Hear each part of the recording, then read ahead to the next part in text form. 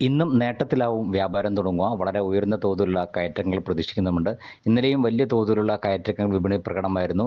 എന്നാൽ നല്ലൊരു നേട്ടത്തിൽ വ്യാപാരം അവസാനിപ്പിക്കുകയും ചെയ്തു. മുൻനിര സൂചികയായി നിഫ്റ്റി 25,000 എന്നുള്ള പ്രധാനപ്പെട്ട നിലവാരം, പ്രതിരോധ നിലവാരം ഭേദിച്ച് വ്യാപാരം നടക്കുകയും 25,200-നടുത്തേക്ക് നീങ്ങുകയും ചെയ്യുന്നൊരു സാഹചര്യമുണ്ടായിരുന്നു. മാത്രമല്ല ഒട്ടുമിക്ക മേഖലകളിലും ഒരു നിക്ഷേപ താല്പര്യം പ്രകടവുമായിരുന്നു. ആഗോള സാഹചര്യങ്ങൾ അനുകൂലമായി തുടരുന്നു. വിദേശ നിക്ഷേപ സ്ഥാപനങ്ങൾ വലിയ തോതിൽ വിപണിയിൽ നിക്ഷേപം നടത്തുന്നതുമാണ് ഇപ്പോഴത്തെ ഒരു നേട്ടത്തിന് പ്രധാനപ്പെട്ട ഒരു കാരണം.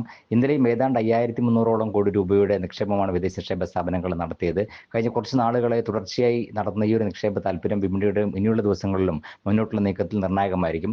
ഈ കഴിഞ്ഞ ദിവസങ്ങളിലെല്ലാം സൂചിപ്പിച്ച പോലെ തന്നെ ഇപ്പോൾ ഈ ഒരു ഏറ്റക്കുറച്ചുകൾ തുടരുന്നതിനോടൊപ്പം തന്നെയുള്ള വിപണിയുടെ മുന്നോട്ടുള്ള ഈ ഒരു നീക്കം കാണിക്കുന്നത് വരും ദിവസങ്ങളിലും സമാനമായ രീതിയിലുള്ള ഒരു നീക്കം ഉണ്ടായേക്കുമെന്ന് തന്നെയാണ്. ഇനിയുള്ള സാഹചര്യത്തിൽ സാങ്കേതികമായി ഇനി അടുത്തൊരു പ്രതിരോധ നിലവാരം എന്ന് പറയുന്നത് 26,300 എന്ന നിലവാരമാണ്.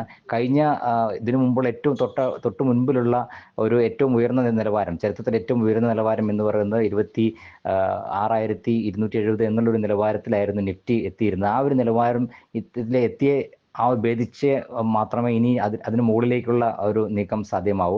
അതുകൊണ്ട് തന്നെ ഈ അടുത്ത ഒരു മുന്നേറ്റം എന്ന് പറയുന്നത് 26,300 എന്ന നിലവാരം വരെ നീങ്ങാനുള്ള ഒരു സാധ്യതയും വിപണിയിൽ കാണുന്നുണ്ട്.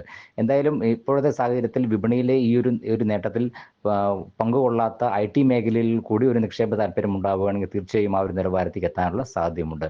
എന്തായാലും ഇന്നും നേട്ടത്തിൽ തന്നെയായിരിക്കും വ്യാപാരം തുടങ്ങുക.